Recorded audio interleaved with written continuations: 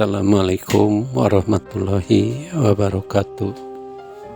Alhamdulillahirabbil alamin. Wassalatu wassalamu ala asrofil anbiya'i wa mursalin sayyidina wa maulana Muhammadin wa ala alihi wa sahbihi ajmain. Ketemu lagi di dalam channel Salam Sulaiman. Pada kesempatan ini kita akan membahas tema tentang inti daripada sholat. Sholat adalah rukun Islam yang kedua. Rukun artinya syarat, dan jika tidak melewati syarat rukun berarti batal atau ditolak. Demikian juga rukun Islam dan rukun iman. Jika tidak melewati syarat dan rukunnya yang sudah ditentukan berarti batal atau ditolak. Rukun Islam itu ada 5, dan yang pertama adalah syahadat, kedua adalah sholat. Jadi kita harus bisa bersyahadat dulu, baru kita bisa sholat. Di dalam syahadat yang berbunyi asyhadu alla ilaha illallah wa asyhadu anna muhammadar rasulullah, aku bersaksi tiada Tuhan selain Allah, dan aku bersaksi Muhammad adalah utusan Allah.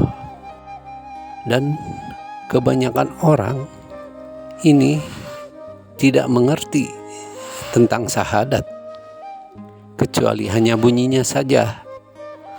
Dan kalau hanya sekedar bunyi, mengucapkan, itu adalah pekerjaan yang paling gampang untuk kita kerjakan.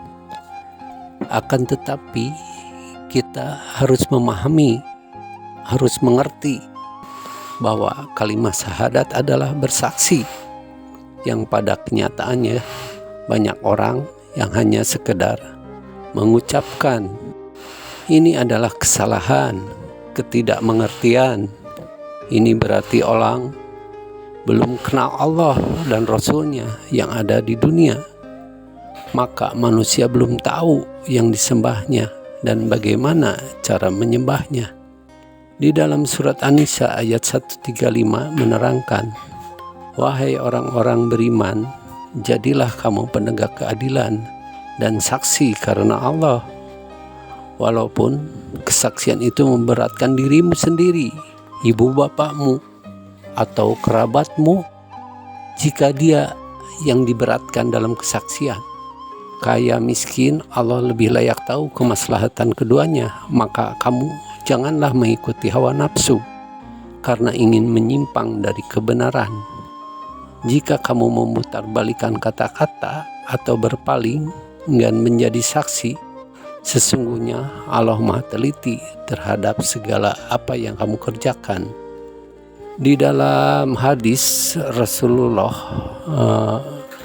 bersabda, 3 dosa besar, yaitu yang pertama adalah syirik atau menyekutukan Allah.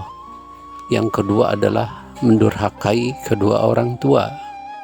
Dan yang ketiga adalah, dan ingatlah, jangan kalian memberikan kesaksian palsu.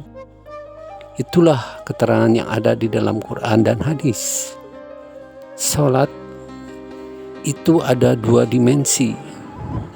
Satu, dimensi jasmani yang seperti umum kita tahu, dan ada di dimensi rohani.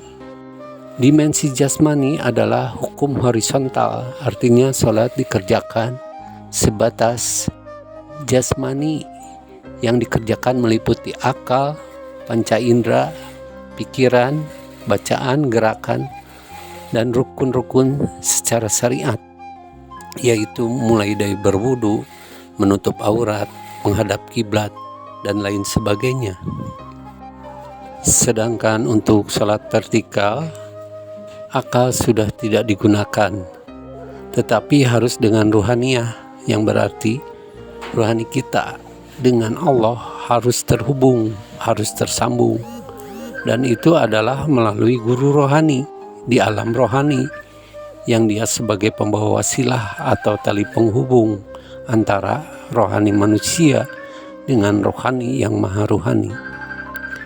Di dalam surat At-Toha ayat 14 berbunyi, "Sungguh aku ini Allah, sembahlah aku dan dirikanlah sholat untuk mengingatku." Dan di sini berarti ada dua pengertian antara sholat dan menyembah, adalah dua hal yang berbeda. Artinya kita disuruh menyembah dan adanya ketersambungan di dalam sholat. Dan kedudukan sholat adalah menyambungkan, maka aqimus sholat li zikri, dirikanlah sholat dengan hati yang berzikir. Dirikan berarti berdiri, maka sholat adalah tiang agama atau as-sholatu imaduddin. Artinya menyembah itu bukan sholat. Dan sebagai contoh kias adalah umpama rumah kita dengan segala peralatan elektroniknya, perlu adanya ketersambungan arus listrik untuk bisa menghidupkannya sehingga berfungsi. Ketersambungan arus listrik dengan peralatan rumah untuk bisa menyala semuanya, artinya menyambungkan itu adalah kedudukan sholat. Sedangkan ibadah menyembah adalah dengan kita menyalakan kipas, TV, kulkas, angin, sehingga peralatan itu menyala, berfungsi, dan terasa guna manfaatnya untuk diri kita. Mungkin dicukupkan sampai di sini. Ini adalah praktek dari tarekat Naqsabandiyah Holidiyah Nusantara. Ilahi anta maksudi waridroka matlubi. Wassalamualaikum warahmatullahi wabarakatuh.